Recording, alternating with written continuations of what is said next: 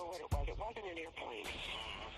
It was not an airplane. It was down awfully low. You're listening to Pursuit of the Paranormal podcast with your hosts, Ash Ellis and Greg Tomlinson. Good evening, Ash. How are you? Very well, very well. Good to see you again, Greg. How's tricks? Yeah, good, thanks. Good, thanks. By the time this goes out, I will be probably back at work after 3 months off. So, Painful. not entirely, probably slightly more painful than the operations. But yeah, no, all good. How are you? Yeah, very well, very well. Busy week. This week we've got with the podcast, lots of interviews. Also been on other people's podcasts, people coming on ours. We had a good episodes coming up, actually. And we've got something super cool that's happening this weekend, hopefully on Sunday, as I was talking to you off air. So, kind of not breaking news, it makes it sound slightly better than it really is. But anybody that follows us on social media, me and my partner Sarah, we were filming for our Did You Know daily videos that me and you do. And we were in Oxford, so we managed to get in like 3 or 4 different locations in Oxford so I could line up a load so I didn't have to record so many. And we uploaded one about the Turf Tavern in Oxford, which is a pub that you know well. And it's like a 13th century pub just off the back of the Bridge of Sighs in Oxford, which I did a video for as well. Anyway, it wasn't until the next day that we saw a glass move. As Sarah's trying to pick up the glass actually moves away from her. And we put the video up on social media. Weird video. It is a weird video. Didn't notice it at the time. The unedited, because I recorded it in cinematic mode on the iPhone, and it like blurs backgrounds and all that fancy stuff. But I've got the unedited, non-cinematic version that's a couple of seconds longer, where she sort of pops down underneath a table before she pops back up to try and get the glass. So you can see the table's all clear, there's no water or like moisture underneath the glass to make it slide. And it wasn't until the next day, and she said, "Oh my God, the glass moves." Fast forward to today, the Turf Tavern has connected with us on TikTok, and I've been exchanging messages, and we're going back on Sunday, and we're going to have a chat to the bar staff. They're reserving us a table. We're going to have a little conversation with them on Sunday night. So hopefully they will be able to capture some more evidence. And they've actually named the ghost that they think moved the glass, because this particular ghost, Rosie, is the one who famously moves glasses in the pub. So that's cool. We are going back. And the video's weird, and I've slowed it down and all that kind of jazz. But yeah, so hopefully by this time next week, we'll have some more video footage of some creepy stuff. I'll keep everybody posted. Better had to. Yeah. And that kind of fits in well with today's guest, who's we'll come on to it, but talking of haunted locations, we're going to be talking about a few of them with today's guest. So joining us this week from the Inspectre Paranormal podcast is Tom Barrow. Welcome, Tom. Thank you for joining us. Hey, Greg. Hey, Ash. How's it going? You all right? Thank you. Before we start, something, Ash, we have weird synchronicities and stuff like this. So it'll all become clear when I start talking in a second. So when I grew up, I grew up in a place called Bicester in Oxfordshire. People may or may not have heard of it. Anyway, there used to be a post office, and they closed the post office down and they turned it into a pub, right? And I used to frequent there when I used to go back and see all my mates, and was listening to the first episode of Tom's podcast, and weirdly, it's the same name pub, the Penny Black. Wow. How mad's that? So we get loads of weird stuff like this happen where we speak to people across the pond, and they're living like the same town that's just round the corner from one of us, and we've had synchronicities between me and Ash. But yeah, how weird's that? That's spooky. The Penny Black in Vista. It's a not very well-known pub name. That you like. No. It's not like the Red Crown or anything like that. Really, it's, that's. So yeah, that's sorry. spooky. I was thinking about it, and I was thinking about it earlier when I was listening to it. I was like, how weird's that? So anyway, I digress. Sorry, Tom. So I guess before we talk about the podcast and the work that you do, you want to just give us just a bit of a background on who you are, your kind of how you get into paranormal, that sort of thing, just sort of what started this whole journey for you.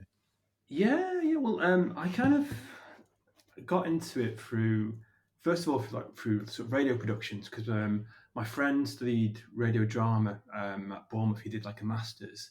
Then that got me kind of interested in sort of doing radio stuff. And then I had an experience about 9 years ago where I've always had an interest in sort of paranormal and stuff. But about 9 years ago, I was walking down the canal with a friend, and we went down this canal towpath, and we were coming back, and it's a place where I go jogging, I go running, go there all the time, and take the dog for walks there. Nothing scary about it at all. But me and my friend were walking back. It was August. It was probably about 9 o'clock at night. It's just getting dusk, getting dark. We're walking back with a torch, coming back from we've been out for a meal at a local pub, so we're not going out on a session or anything like that. So because otherwise I'd see Casper every weekend, if that makes sense. But walking back, and on the corner of the canal, I saw this like glowing figure, and I was like, what is that? Is that a fisherman? Because obviously it looked like a fisherman in high vis, but they were on the opposite side of the towpath, because obviously a lot of canal towpaths, they just have one path, because essentially that's where they used to tow the horses and the canal barges. But this person was on the other side of the canal boat of the canal, and it's woodland there. There's like a big ravine there, so you can't easily access that. And as we got closer, we basically saw it was like some kind of, what we thought was a fisherman was this like Edwardian woman or Victorian woman with a big dress, and she was like hanging clothes up by the side of the river, and we're like, mate, do you see what I see? Because we weren't even talking about anything scary. I didn't have my phone was in my pocket. Obviously, if I had it at the time, I would have taken a photo. But I just got my torch, and I just shone it across the canal, and slowly it kind of faded away, and it just strange. And I said to my friend, "Did you see what I see?" And he said, "Yes." Leg it. And we just ran, and this is like round the corner from my house, and I go there like probably 2-3 times a week, and I kind of asked about it, and no one knew anything about it. And obviously, if you experience something, like, obviously there's that whole thing about who do you trust, who do you kind of go and say. You can't contact the paper because I think you're crazy. You can't really, I don't know, tell anyone about it. And then obviously the only place you can really do it is through social media. So I kind of did some research, but I didn't find anything. And then that kind of triggered the thing then. And then I didn't really listen to much radio podcasts at that point. But then Danny from Uncanny was doing his kind of thing as well. And I was like, well, obviously he's great at doing that, but he's not the master of the paranormal. There's many, many stories out there, and obviously other people can have a go at it as well. So I'm kind of a bit of a history nut as well. So I think the way that Uncanny doesn't really delve into the history kind of side of things that much, at least with our podcast, we've got an historian, so we kind of put a bit of context as to kind of what sort of happened back then, and kind of how it relates to what we're doing now and what they were doing back then, type thing as well. And obviously you can then draw the lines or connect the dots to kind of say, is that person or is that location haunted? So kind of working with it was my sort of way of, because I couldn't find the answers to my question, that's why I did the podcast and set it up, so I could help, or kind of at least sort of find out about other people's kind of experiences and kind of bring that forward as well, because sometimes people, they might not even mention it, or they might not, it might be something that they take to their graves and stuff like that. So it's good to kind of, it's good to talk, isn't it? And that's what Bob Hoskins said in those BT adverts. So it's good to share it, and as well, it's a place where there's no one's taking the piss, no one's kind of making fun of it. It's just kind of letting the audience listen to it and say, okay, what do you guys think? Do you think it is this? Do you think it isn't that? Because I think that's the beauty of the paranormal as well, because there's no black and white, is there really? It could be interpretation, it could be scientific, it could be a ghost, but I think that's the beauty of it. There's so much sort of interpretation about it, really, and yeah, there's no right or wrong answer. Oh, definitely. You're totally correct about the sharing things with, like, I'm mainly UFO stuff, and sort of the same with any sort of paranormal thing. It's hard to find that place to kind of talk about it. And what you do is the stories are kind of like, it's the ones you've probably not heard of before. So it's getting the sort of fresh new stories out there, and they're like sort of really interesting. And with the podcast, you can see kind of the similarities with Uncanny, where you've got the other Tom, who's like kind of the skeptic. He sort of debunks the stories, or tries to obviously explain, like, sort of normally what these people are experiencing. And you've got Jackie, who's more on the believer side, who sort of explains more about like mediumship and different types of ghosts and how ghosts present themselves and stuff like that. And like you say, got Eli, the historian, who goes deep into some of the history and some of these things. I was listening to some of the episodes, and in fact, the first episode of season 2, which is just launched, sort of a two-parter, Warrington, Power Hall and the Pyramid Centre. And I'm from Warrington, and I used to manage a couple of bands back in the day, and we played at the Pyramid a couple of times. And also I've been to the Power Hall to watch. I saw Travis at the Power Hall some years ago. So we sort of see both sides of it, and not just talking about the sort of ghosts that you talk about at the Power Hall, but the history of even just Warrington itself. When you talk about what used to be courts, and it's like sort of going back to like 400 years of history in sort of Warrington, how people would be treated and how they dealt with people that broke the law or were sort of not nice people, how they sort of dealt with it before like police and that were formed. I think that side of it is so good, where you're getting a true understanding of these places. And I think that's such a good, it's different to other podcasts as well. It's different to, because I listen to a lot of paranormal podcasts and stuff, and even including ours, kind of along the same vein, whereas the way you've done yours, it's very well produced. So thanks, mate. Good work on that, and I know you got the good equipment and all stuff like that. And that comes across in the finished episode. And it is, like I say, it is different to most podcasts that I listen to. It's that, obviously I mentioned the sort of uncanny similarities. Is that the kind of inspiration for doing it with that kind of, hear the story from the witnesses and then go to the sort of skeptic and then go to the medium, to the more believer side?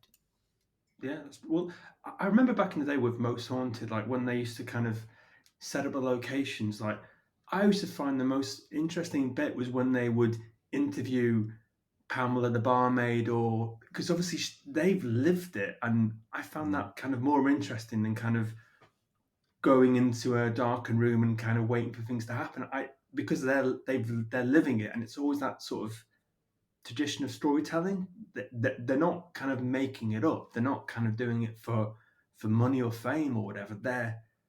They've experienced it, and they don't know who to kind of say it to, really. Yeah, I kind of love that, and even like the people who you witness, who you kind of record, like in the Power Hall, we've recorded the janitor, and obviously he's got the keys to every room, and he's experienced so much, and it's kind of those kind of people that I kind of like to kind of get on board on the podcast, because I think sometimes when you get the ones who are fame hungry, to kind of covered in ectoplasm to some degree, whereas with like some of the witnesses, you get a true sense of they're not crazy, they're not fame hungry, they're just living their sort of day-to-day lives, really. It's interesting you say that, and I hadn't really thought about the aspects of TV programs and documentaries and like in that way until you just said it. That I'm not a fan always of where they, like Most Haunted, you interview the person who's had the personal experience, then they go off and just try and hunt this ghost down that they've spoken to. The person they've spoken to is explaining about the ghost that they've had the experience with, and they go out and try and hunt them. I find that that personal experience as well, and that's what we do on the podcast. The conversations we have are with people that have had the experiences rather than going out to try and get it ourselves. So, and it's something I hadn't thought of till you just mentioned it there, and it is the personal experience. The person who doesn't really want the glory, they're not in it for all of that. They're just like, this weird shit's been happening to me. I'm petrified of going down to change a barrel on my own on a Sunday night or whatever, because something touches me or whatever. And it's the aspect of documentaries and the storytelling that I find fascinating as well, because you can tell when you're in, and I don't know if you found it, that you can tell when you're speaking to the people, especially when you're doing it face to face or like we do over like a video program, that you get a sense on their face as to how it's been affecting them as well, rather than just listening to or seeing them on a TV program. You when you're actually talking to the person, you can see sometimes the grief that they're experiencing and the trauma that they've had from some of these experiences. And I think that's the way that you get that real story across, like you do on your episodes as well, where you're talking to the people. You get the full sense, and you can tell when you're talking to somebody if they're bullshitting, pretty much. They might be good at it, but if you're talking to them for a little bit, and those kind of experiences, it's very hard for somebody to make a lot of that up. And I just find it fascinating, and that's why we do the podcast as well. It's just fascinating to hear that experience. So, like Ash, I mirror what Ash says, that your episodes are really good, and I love that kind of documentary, but I can visualize a lot of it in my head because you're using the sound effects, you're talking to people. It's fascinating to listen to. So congratulations. It's really good. Appreciate it. Thank you. It's a lot of work as well, because the sound effects and take a while to produce, and also the way how I do it, I go off and record, get people's interviews, go to their houses in the summer. Then I've got to kind of edit them all together. Then I've then got to present that to Tom, Eli, and Jackie. So and then by the time I've kind of done with it, it's all packaged up. It's kind of nearly a full year later. So it's like, it is kind of it's a long time coming, but I am glad when it's kind of when it gets out there, really. Yeah. So yeah. I love it and hate it at the same time. like Greg said, you really do get a feel for the place that you're going to, the way you describe it, so as you can visualize it properly. It's not just like, I went to a theatre and that's kind of it. It's like you're sort of describing the theatre, the layout of it, sort of the backstage, and describing the people that you're talking to. It really helps. With being obviously an audio thing, it really does help give you that image. So that's when I'm listening to it, it really does help you see it and understand it more from them, and also makes it a bit more real. I think it's more than just a voice. You actually sort of seeing them as a person rather than a voice. I think that's really well done as well. That's good. I think definitely see kind of your experience in the field, I guess. And also the going on location, I think, is good as well. Because when I was going to mention this in a bit, but I held out with one of the upcoming episodes.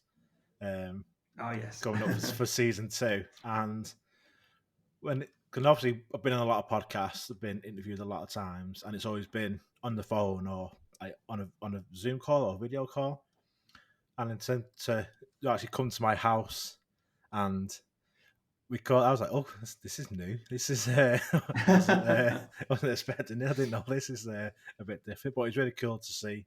That I think it's better, definitely. Well, I think that was really cool as well. And like I say, with us, we kind of we'll record this episode. We'll probably get it out tonight. In terms of the editing, we it used to take us a lot longer, but we kind of streamlined it a bit. Just because like I said, the editing process is it can be such a long process, and because we've done an episode a week for basically 4.5 years. Oh wow, that's just, dedication. Nearly 350 episodes we've done at this point. So yeah, we've but then the production value of yours, you can see the difference totally. Different types of podcast. Ours is interview, kind of sort of freestyle kind of interview. With yours, like Greg said, it's the more documentary. Different people involved, different people coming in having their sort of opinion on it and stuff. And like I said, they've seen the both sides of the story that's being told in these locations. But I guess turning it into a question, you're kind of the host of the show, and you're sort of relaying the story, speaking to the witnesses, and letting Tom and Jackie have their say. And I guess as the host, that's probably on purpose. That you're kind of in the middle. You're quite neutral to the stories. So, but if you had to say you're more of a skeptical believer, where would you kind of put yourself when it comes to the stories that you recorded? It depends. Like, I think I genuinely believe that all these people have experienced something, and they've experienced something that they can't explain. And I think that's part of the when you're the host and kind of producer and editor and stuff, and it's your show, you want to kind of give them that kind of little bit of holding their hand as well, and giving that little bit of trust to kind of say, look, we're going to go on the journey together.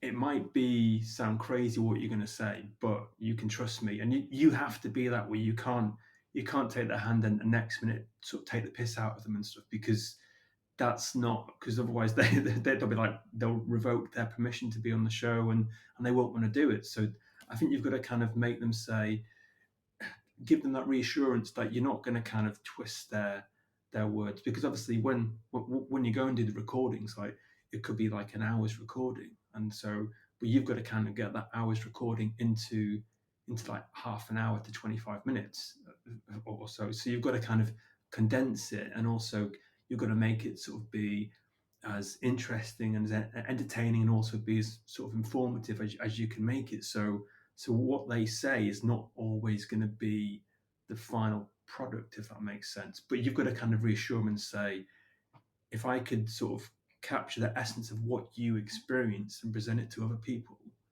would you be willing to come on that journey with me? So I think that's the beauty of the show. But obviously you've got to kind of be completely independent. So you can have fun with it. You can, but only if they're sort of laughing with you along the way, if that makes sense. If you kind of start taking pot shots at people and stuff, it's not very nice. It's not a very nice experience for the listener, and it's not a very nice experience for the person being interviewed, or for yourself either. So yeah, kind of give that kind of balanced aspect, but also the people on the show, like Jackie, she's a spiritualist medium, but she's very skeptical as well, which is kind of a good trait to have.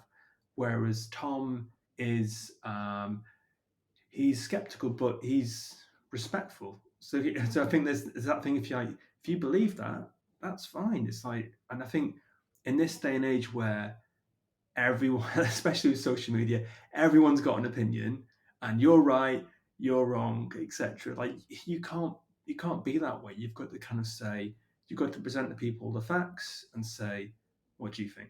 And I think that's the beauty of the show, really. It's just kind of letting people decide for themselves. I think that there's some crazy stories, and there's some stories that I'm like, I don't have an answer for. Some stories I'm like, that could be that, but obviously I don't want to kind of say to the witness. I could say to them, do you think it could be this? But obviously they can then say, right or wrongly, no, it's definitely not that. But then obviously because Jackie and Tom have not they've not seen it for themselves, they can't fundamentally say yes or no, I don't believe that, or I do believe that. I think there's a certain, again with the paranormal, there's a certain degree of ambiguity to it, if that makes sense. So, but I think that's the beauty of the paranormal, and kind of what we try to do to kind of represent that in some respect.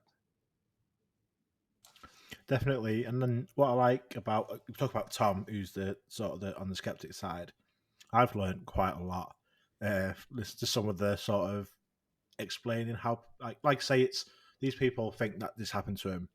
They're not sort of making stuff up. It's they've had this experience, and obviously Tom looking at reasons to explain why that happened.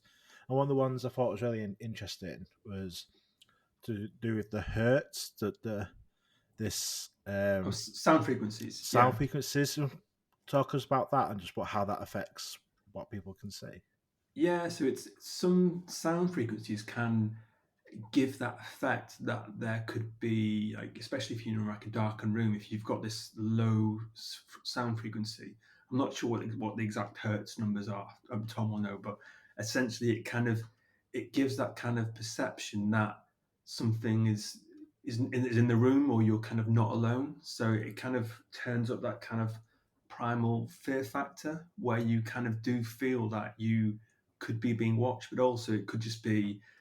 We've talked about that in the Power Hall episode about one of the boiler rooms kind of being haunted, but that could just be down to the frequency of the electronics from the boiler or something like that. But obviously, you can make these sweeping statements. You can say, "Oh, that's because of that boiler room," but then does that mean that all boilers around the UK or around the world are haunted? You know what I mean? It's that kind of that you can give a certain answer to it, but you can't make broad sweeping statements. Like, for example, the classic one that kind of Tom always kind of says is always mold. So I call him the master of the mold, because obviously he's always like, it's mold that causes spores and stuff. But the amount of people that have like mold in their bathroom, and they don't see Casper every day, if that makes sense. But it's just sometimes it is. Sometimes they are convenient answers, and it might be the truth. But obviously, it's got to be like on a scientific level. It's got to be consistent, and but I think we might never know. But I think it's worth kind of mentioning those kind of things as well. It's interesting you say that, because we recently put some posts up on social media about is the paranormal real, essentially. And our last episode, we talked massively about it. So it's interesting. We've spoken to many people, and they can have a paranormal. Somebody can have an experience, and the person next to them might not have the same experience, might not even see what they're seeing, which almost debunks the all boilers are faulty. Because you go, well, why does one person have the experience and not another person? And like you say, if it's not repeatable, then is it a spirit? Is it a ghost? Is it something out of the ordinary? Because if it's something that happens all the time, why can't we scientifically prove it? But I think you hit the nail on the head where you said the paranormal is not black and white. It's very grey. One person's experience is not necessarily what another person experiences. And I think that is the beauty of it, but it's also the frustrating side of the paranormal. Whereby somebody that we interview has had this weird experience that sometimes changes their life because they've had this profound effect on them. They never experience it again, but nobody else really believes them. So podcasts and documentaries and like episodes like yours give that opportunity for people to put their experience across. And whether people believe it or not, we don't make judgments on our podcast either. We just put the information out there, and we get a lot of messages from people saying, not sure on that one, and it's just like, well, You can only go on what somebody's saying, and I do think that the paranormal is just frustratingly grey area. Frustratingly grey for me. I go on paranormal investigations. My partner, she's in a paranormal team, so we live and breathe the paranormal. But there's still no definitive. This is what it is. What do you think the paranormal is? It's so sort of vast, and it could stem from ghosts to werewolves to UFOs. So there's such a varied sort of thing, really. I think with ghosts and stuff, people are having these, and Eli's talked about this one, and I think the last episode, Gallows Court, no, or it's either Gallows episode 6 or 7 or 8. He kind of talks about the history of paranormal sightings and stuff, and people are going through these same patterns. And you watch a film or TV show, the family moves into an abandoned house, and then it escalates. It starts off with this. It gets worse and worse and worse and worse until something, it kind of, they either move out or something even worse happens, and that's kind of been going on for thousands and hundreds and thousands of years. It's the same sort of pattern, and this was happening before TVs and horror movies and stuff. This was happening in Victorian ages and in the Reformation ages and the medieval ages and stuff. It's a sort of same thing, like the human history or sociology that kind of happens, and there's no right or wrong sort of explanation for it. But yeah, I think there is that kind of thing where you kind of put the paranormal in this paranormal, like get those bought Christmas biscuits that kind of broken at Christmas, and it's kind of go and put all the paranormal in there and shake it about and stuff. But sometimes you're not going to get that, because it's all, I think with ghosts and stuff, it's all that kind of, could it be past souls coming back? Whereas UFOs and stuff, it could be, well, I think the UFO episode is quite interesting, because our skeptic is a bit more of a believer in that episode coming up. So it kind of depends on the context as well, and the person kind of experiencing it. I think that's the beauty of it, and it's bound to be mysterious. And how you kind of talked about how you're always that frustration about it, but if you knew what a ghost was, would you then be bothered going and doing all these ghost hunts and stuff, staying up till 3 o'clock in the morning and kind of going through a haunted house, etc., and kind of getting evidence?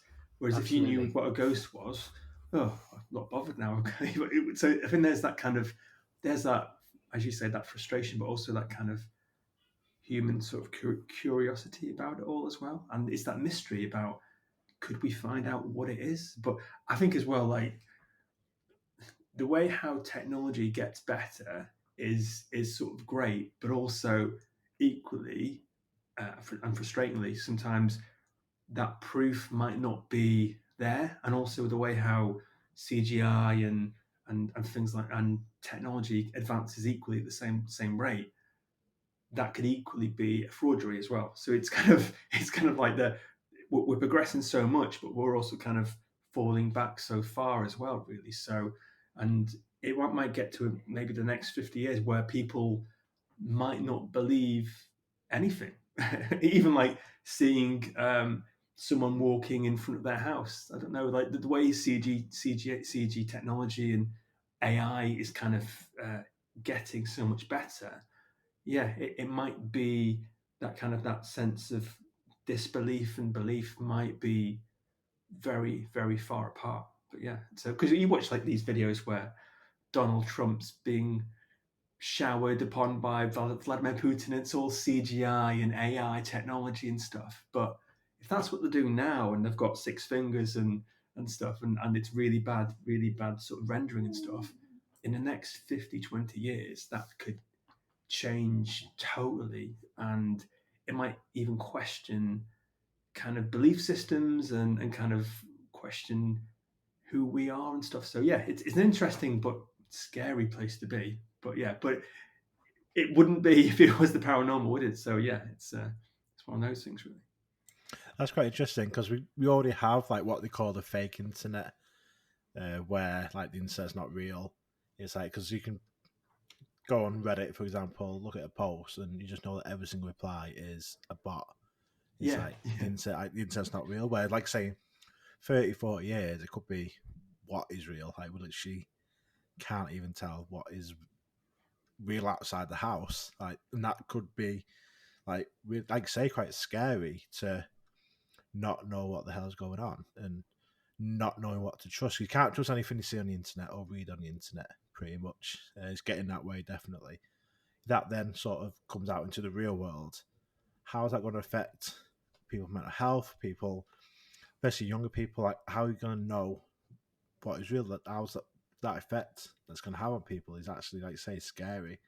Just think about that now. Just yeah, that's very real. Like, true, it could come out into the real. Like, someone walking past your house, you could get to the point where was that a real person or was it not? And it's just like it causes you to go crazy, really. Like, that's yeah. mad.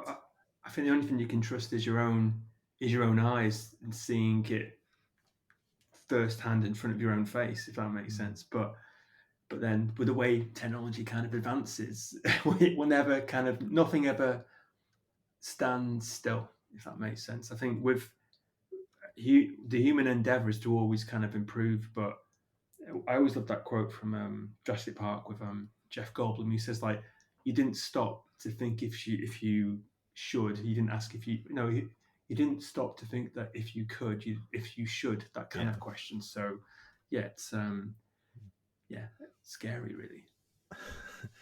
It is. Talking of, let's take the word scary.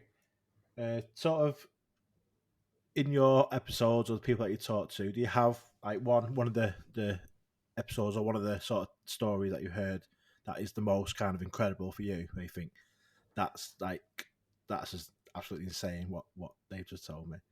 Yeah, it's coming up soon. So it's coming up in the next few weeks. It's called the episode's just called The Whistler, and I went to visit this guy in Haywood in Greater Manchester, and basically he lives in this really old house, and um, him and his wife were going to bed one night, and this is maybe about 10, 15 years ago.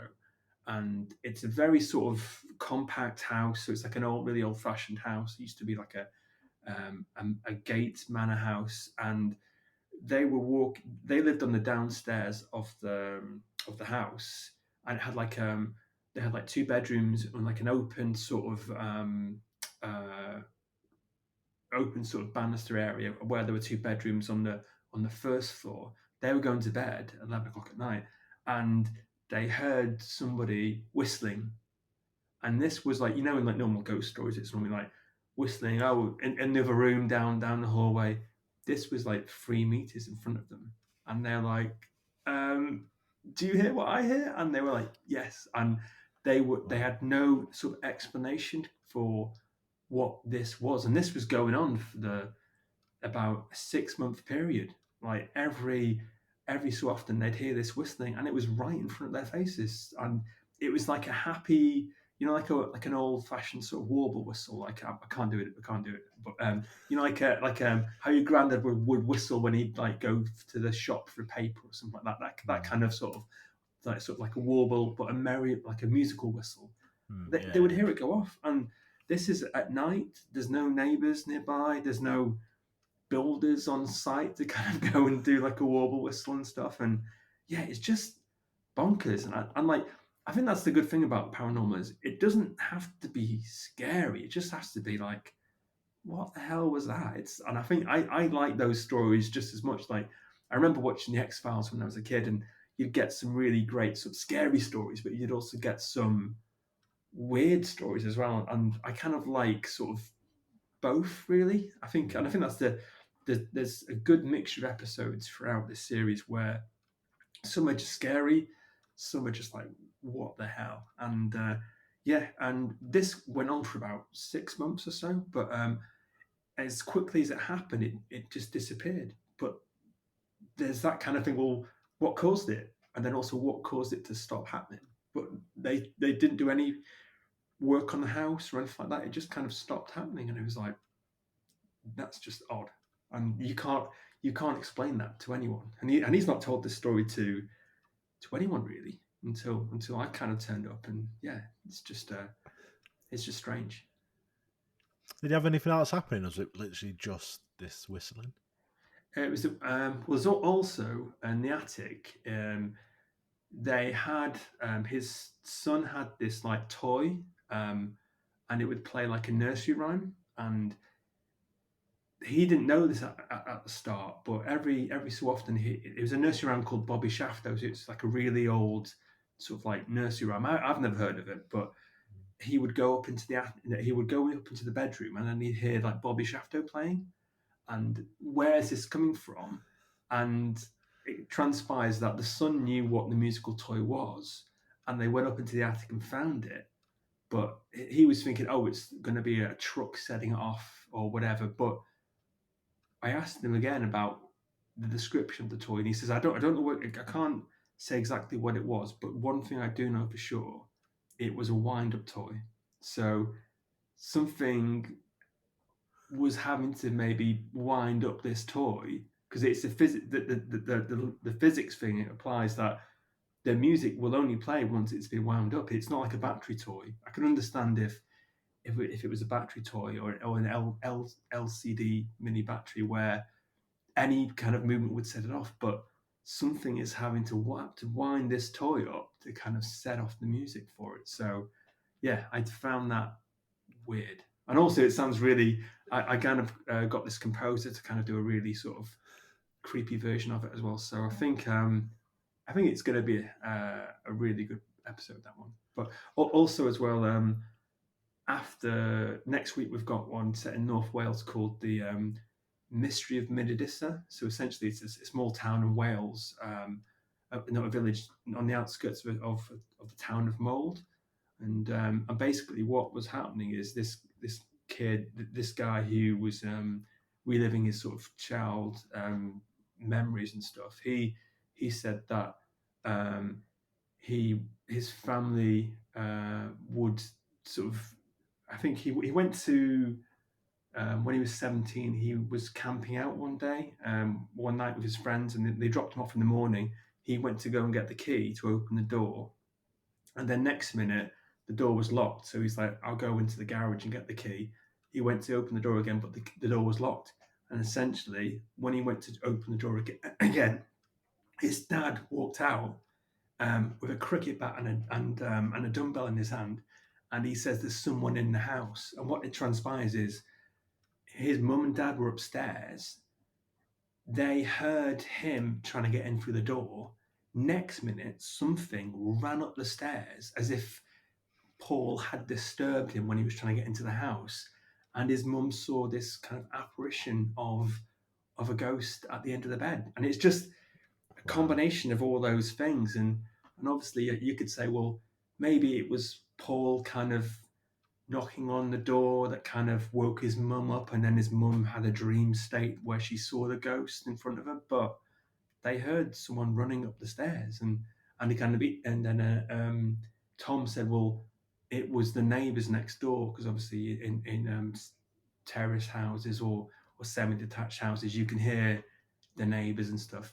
But I said to him, mate, it was a detached house. So yeah, just it's weird, but I think that's what I like, the weird stuff, really. Yeah, it's but yeah, that's out next week. That's cool. And hearing the musical toy, that must be one of the top creepiest things to sort of have when you're in a room and just hear that is the music playing. That is so creepy. Yeah. Well, especially when you question where these kind of sources are coming from and stuff, and it's like you go through these logical steps, and you kind of, when you're interviewing them, you kind of say, was it this? Was it that? And they're like, nope. So when you kind of get to the end of your list of what you think it could be, it's like, what is it they say? You remove every answer, and whatever's left is going to be the correct one, really. So yeah, it's pretty scary. I think I think that's mentioned on the first episode as well, the first series, that they say when you've covered off everything it possibly could be, whatever you're left with is a ghost, or whatever you're left with is technically the truth. However, Yeah. and it is a famous saying, I can't remember who says it now, but it is, once you cover off everything, whatever you're left with, however improbable, is the truth. That's it. I think it's Conan Doyle, isn't it? The guy Yeah, who I think did Arthur Conan Doyle. Yeah. yeah, And yeah, that's it's the a guy. really Yeah. good thing, because if you can tick off a load of boxes and you go, well, it's not atmospheric pressure, it's not magnetic forces, it's not the boiler giving some weird frequency, it's none of that. What is it? And if you can't answer what it is, it has to be something.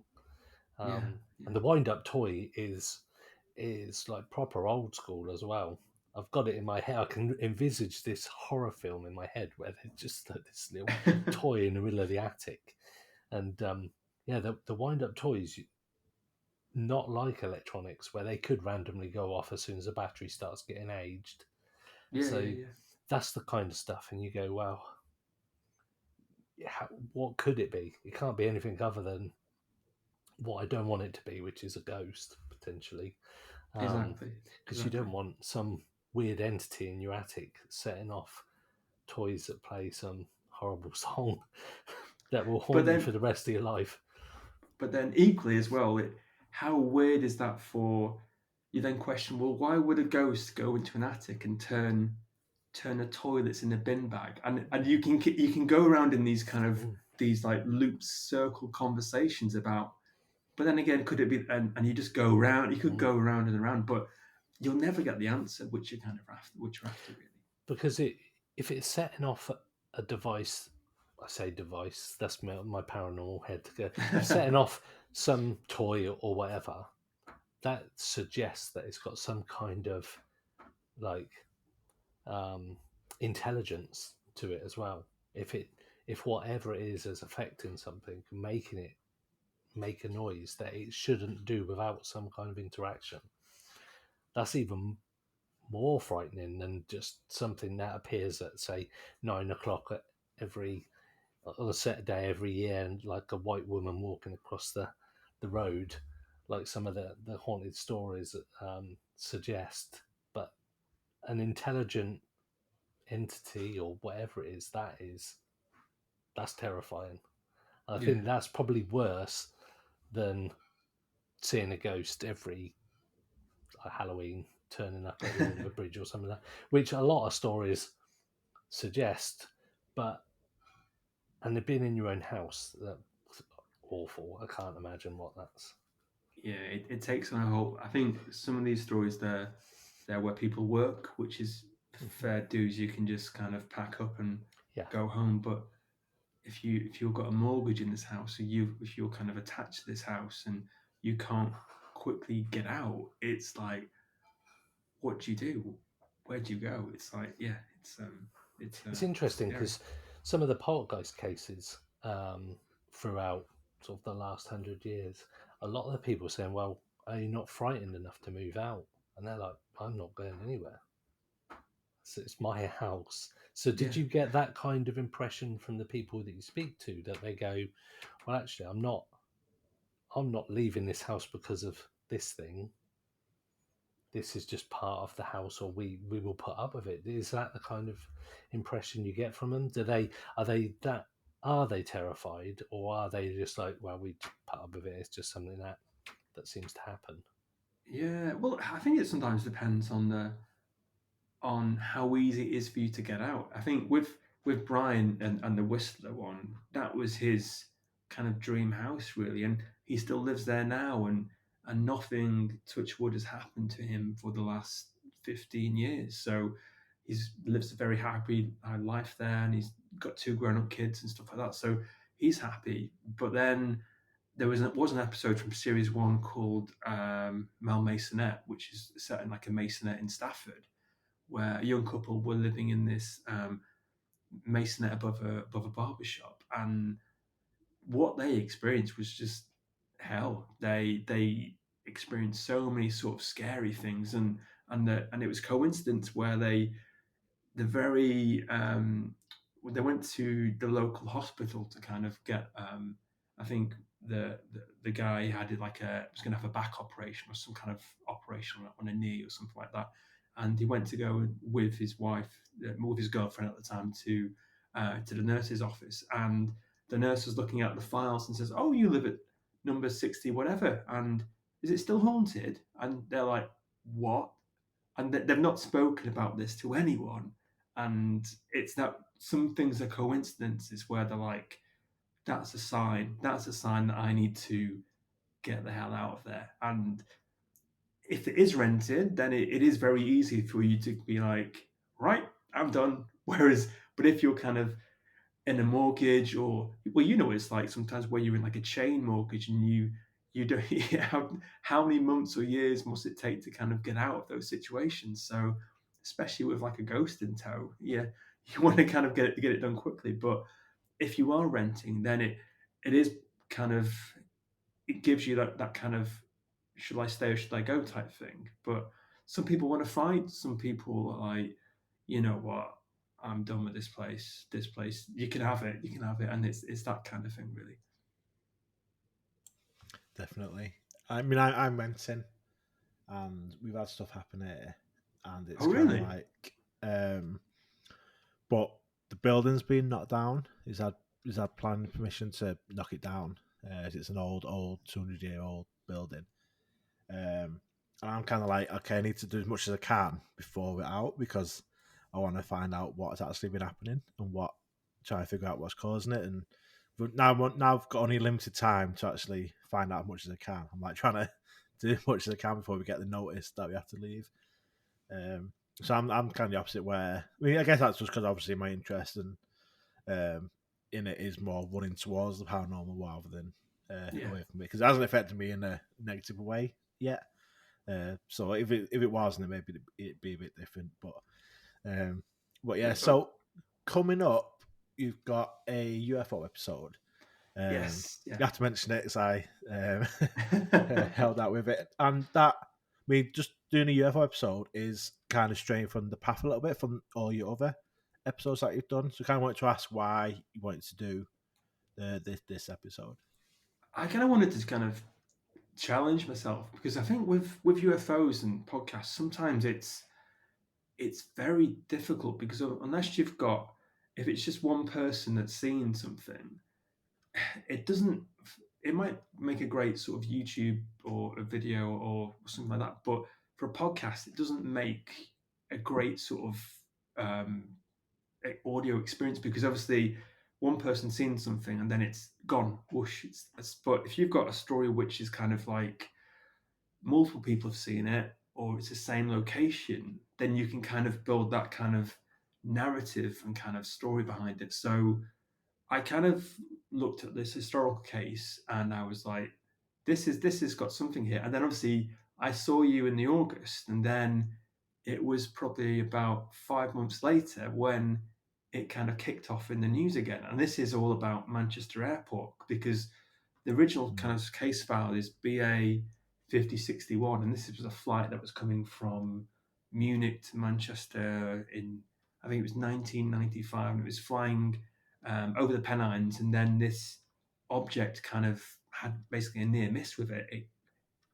If it was a few 100 feet the other direction, it could have kind of taken out the aircraft. But obviously, the pilots kind of took out this kind of air miss form.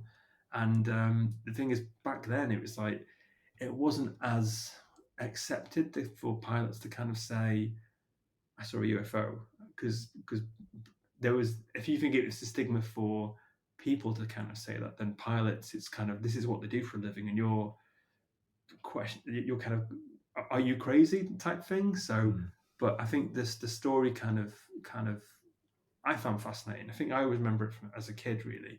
And then also what kind of gave it legs is someone else on the ground witnessed it as well, and that took him a year later to kind of come forward. But they kind of had this kind of corroborating story that there was this kind of giant sort of Christmas tree UFO, and I kind of found that fascinating. But then I kind of then asked you then, what other kind of sightings have we have you had recently? And then you kind of said, well, how long do you want me to, how long's the list? You kind of said so.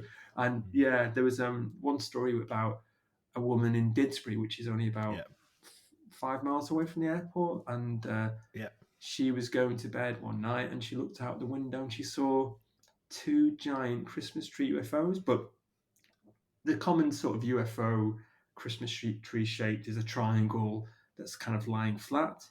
She says these were kind of upright, so kind of like. But then you kind of think to yourself, well, if that were mistaken to be a jet or a plane, fair dues, it would be sort of horizontal, but it kind of goes against the laws of aerodynamics and kind of what people know to kind of float, or how would it float in the sky type thing. So, but there was also kind of some other kind of instances of some people seeing it. So I kind of found that the historical kind of record of something that happened at Manchester Airport, and also these sightings that happen nearby, and it kind of makes you wonder then, does the airport know about it? If they did see it, would they would they retract the date with information? And also, especially when it was about maybe 5 years ago when they had like a drone at Gatwick Airport, and this drone kept on popping up every night and it caused chaos at the airport. Whereas if that was happening at Manchester, would they deny it because they can't do anything about it? So it's that kind of thing. But then when it happened I think it came in the press, was this December or January, where pilots were on the runway at Manchester and they saw this kind of sphere UFO on the runway, and it's like, how has that happened? So yeah, it's kind of that collection of stories and location has kind of made it really, really interesting, really. So that was kind of we've got an episode here because there is some kind of interest in the location. There's multiple witnesses, multiple sightings. There's that kind of similarity with Christmas tree UFOs. So obviously it makes a really sort of interesting episode. And especially them types of cases where, cause I see a lot of cases and a lot of them follow a standard, like with triangle UFOs in particular. It's always dark triangle, a light in each corner, and just moving that way. Like say these ones were upright, and like straight away, like, okay, that's different. So it's like, is this now more believable because it's different? Like it's one of them where it does make it stand out a little bit, literally and figuratively. It's literally standing up and moving. Like there was 2 of them that she saw. I think it was 2 moving across upright. It's just such a weird description. It's such a weird, like, would you just think of that if you're gonna make that up? It's so, like I say, weird, and nothing flies like that. So how would that move? How would that even work? Because you're gonna have to put wind resistance because your mass is upright, got to be blocking the wind, like going to be dragging. So it's like how the hell would that even move? It's such a in my case, like I say, that area, and I think it's good timing actually. After like say recently we recorded that, what, like I say, was it August time?